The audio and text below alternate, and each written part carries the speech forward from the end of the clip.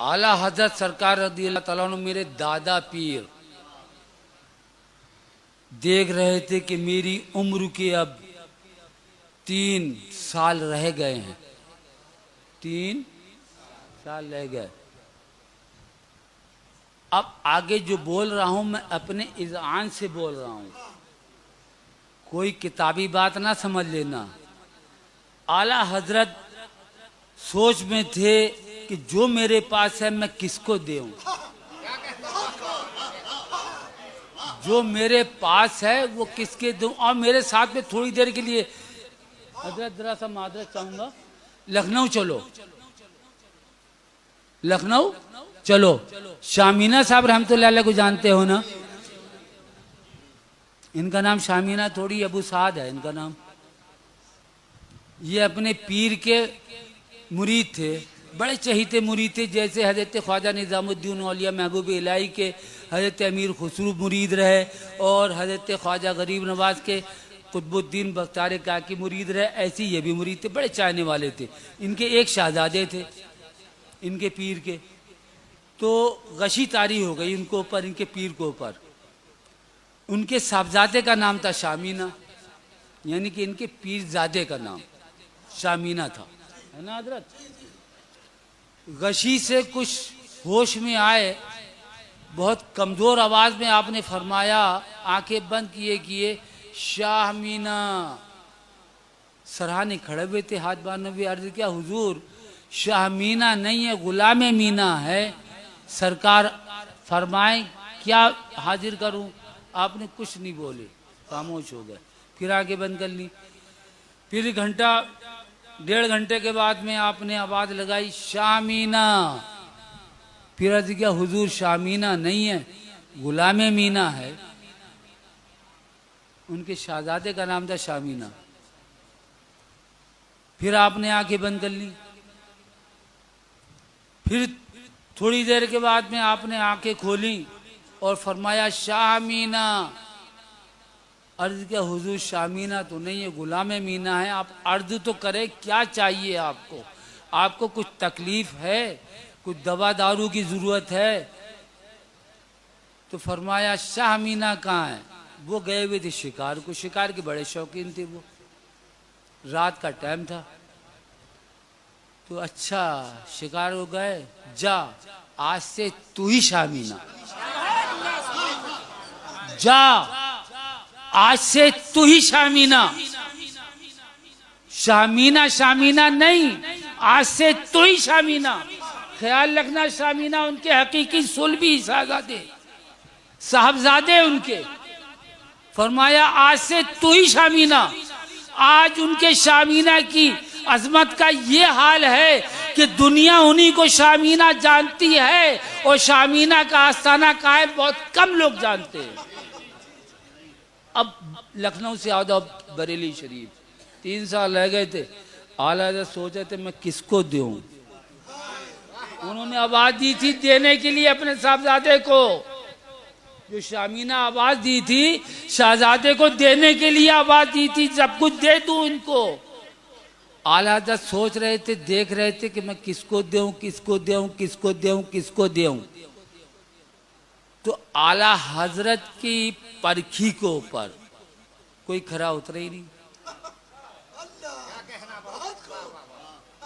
80 साल के भी थे, 70 साल के भी थे मुरीदो खलीफा, 60 साल के भी थे, 50 साल के भी मुरीदो खलीफा थे।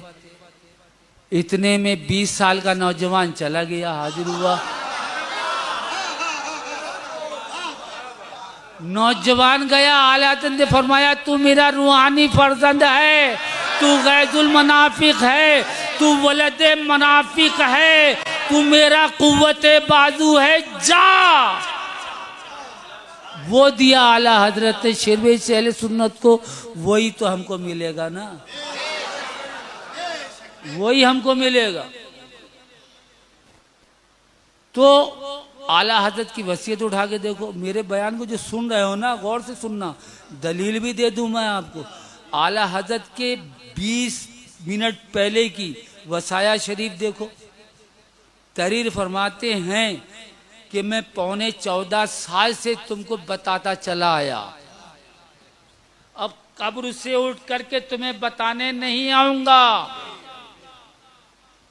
मेरा दीनों मजहब जो मेरी किताबों से जाहिर है, उस पर मजबूती से कायम रहना हर फर्ज से ज्यादा अहम फर्ज है। ये अहम, ये तो है ये अहम। आगे अहम ये फरमाते, तहरीर फरमाते हैं कि मेरे बाद ना जाने कौन आए, तुम्हें क्या बतलाए। मेरे बाद न जाने कौन आए, तुम्हें क्या बतलाए। अब मानो कि आला हजरत को मालूम ही नहीं था, तभी तो लिखा उन्होंने कौन आए। कौन आएगा अगर जानते होते उसका नाम लिख देते। क्या बतलाएगा ये भी बतला देते, लेकिन नहीं, कहीं मशीयत इलाही पर्दा डाल देती। ये मत लिखना, सब कुछ लिख, ये मत लिखना। ये मेरी तकदीर है, ये मेरा भेद है, और मेरा भेद अपने वक्त पर जाहिर होता है। फरमाया मेरे बाद न जाने कौन आए, तुम्हें क्या बताए। आला सरकार का 25 सफर जुमे के दिन, जुमे से कबल विसाल हुआ। उसके बाद में सन 1946 का मामला आया। कौन आए, तुम्हें क्या बताए, इसको नजर में रखना। सबूत दे रहा हूं मैं। कौन आए, तुम्हें क्या बताए, इसको नजर में रखना, तब मेरी बात समझ में आएगी। आया सन 1946 और हिंदुस्तान की गली गली, चप्पे चप्पे, गांव गांव, करिया करिया एक नारा गूंजा, गांधी जी की चिकनी चांद, उस पे बनेगा पाकिस्तान। मुस्लिम लीग, मुस्लिम लीग और कायदे आजम मोहम्मद अली जिन्ना, सारा हिंदुस्तान उसके पीछे भाग गया। कौन आए, क्या बताए।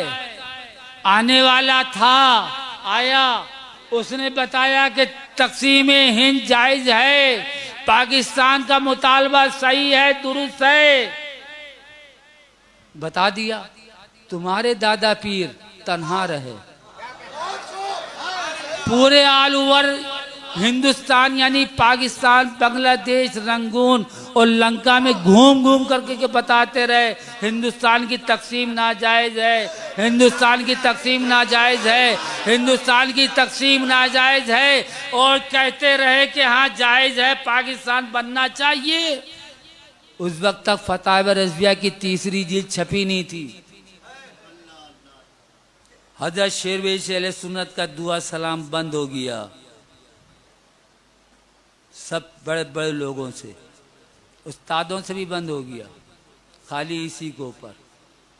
फिर एक मर्तबा फतावा रज़विया के मुसव्विदात को सुखाते हुए हुजूर सरकार मुफ्ती आज़म हिंद रदी अल्लाह तआला अन्हु को, आला हज़रत को ये फतवा मिला। तकसीम से तकरीबन 7 या 8 साल पहले हजरत किसी ने सवाल किया कि क्या फरमाते,